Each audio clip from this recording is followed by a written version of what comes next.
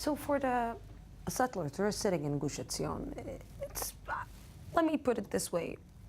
How do they feel when people use them for political reasons? I think there's a general consensus that it's not a feeling that we like to be allowed to build our homes when there are kidnapping taking place, when there is a suicide attack, when there are casualties, and that's the Zionistic response. If we are entitled to live there, then we should be allowed to live there the whole year round and during all times and all periods. If this is the equation and the response, it is a hard feeling. But I have to agree with Danny. I mean, I think the act done 2 days ago is completely political. It is only to serve as an argument that maybe Bibi is running two-way to the left. And you have to understand another thing. Nothing is really going to happen. The declaration today is only saying that whoever has an appeal and thinks that he has a better title than the title that the government claims, that this is a state-declared owned land, they can challenge it. They've got 45 days to file petitions and appeals. And I can guarantee you those will be filed. Once they're filed, the process of hearing them takes approximately 5 years. I'm saying that in personal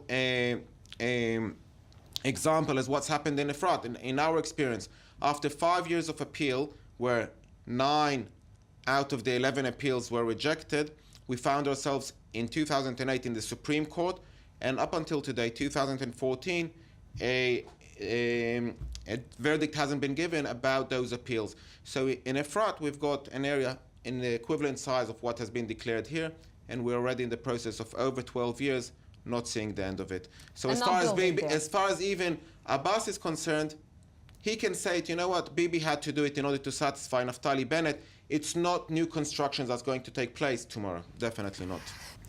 I have to disagree at this point with Danny, because I think it's not making priorities, it's balancing. It's balancing between the international community and the Israeli politics.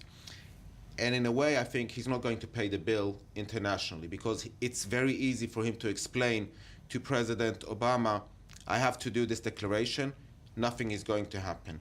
And by that, basically, as far as he can see it, he's satisfying everybody, and he carries on to the next day. But he is doing on the same in the same way, in the same situation, he's doing a grave and great damage to President Mahmoud Abbas, because he also has his inner politics that he needs to handle. He also is losing the polls right now among the Palestinians.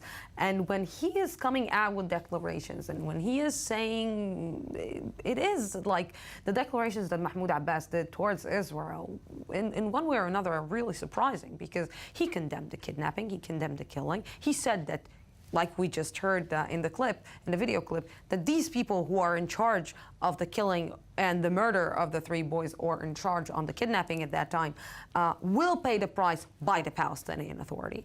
He said that he's against the missile attack that comes from the Gaza Strip. We just heard some phone calls and talks between Mahmoud Abbas and the Hamas leaders. So it seems that if you want to understand the international arena from the Benjamin Netanyahu's point of view, you need also to try to understand your neighbor, the same neighbor that you are accusing of not being a partner for peace. I think everybody knows the partners very well. Everybody knows the players very well. Everybody knows the boundaries in which every player is playing, and they're all taking part in the same game. I would even say that maybe the declaration is to provide for Abbas something to be against Bibi, and in that way he doesn't accept everything Bibi says. I think there's much more understanding between the parties than what we know. I can give you another example again. When President Bush was in office, there was an understanding between the United States and the Israeli government that there won't be any encouragement of new building in Judea and Samaria. And more or less no new building took place. One city that a lot of building did take place was Beitar. And you ask yourself, how come Beitar were chosen to be allowed to build? And after a while, we understood that there was an explanation made to the Americans. We have to build in Beitar because in Beitar there's a very high population of ultra-religious people. In order to have the ultra-religious parties in the coalition and have a coalition of peace, we have to satisfy them. The Americans kept a closed eye. The building took place, And that's how the game carries on. I think I couldn't have asked for a better question. My answer to that is usually come and see for yourself, because whatever we will say here in the studio, people won't be able to understand.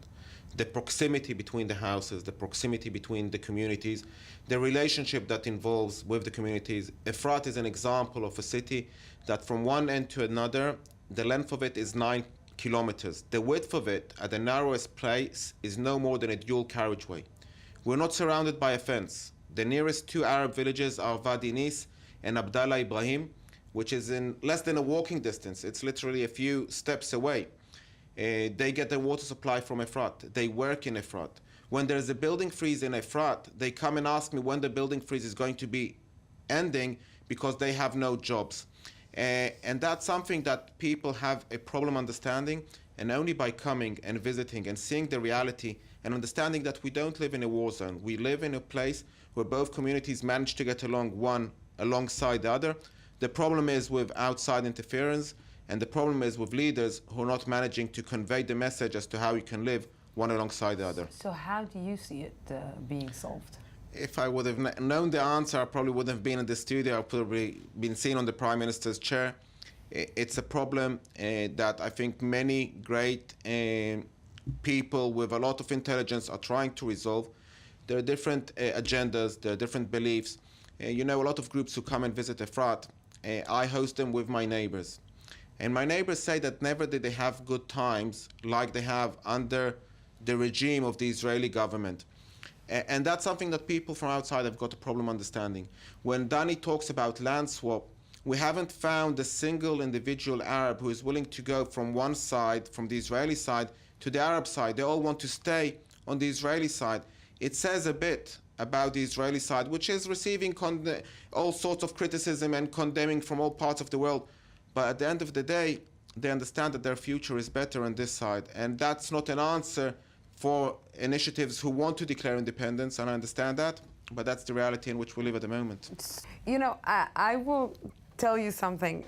Benjamin Netanyahu, Prime Minister Benjamin Netanyahu, managed to succeed at least in one thing, to fixate the Israelis with the word Hamas, like he tried to do it with Iran.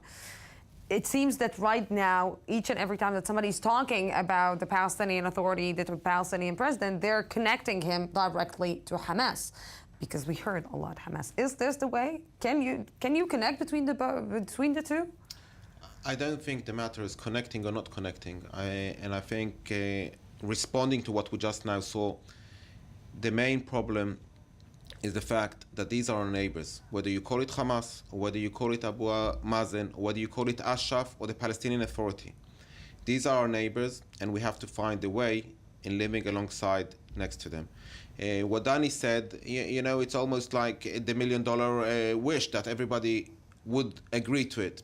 And there have been different rounds and different attempts with different coordinators and different settlers and different people who tried to bring the people to the table to reach that agreement. And it hasn't been reached up till now. And hopefully, for the sake of all of us, it will be reached in a way that we'll be able to live peacefully.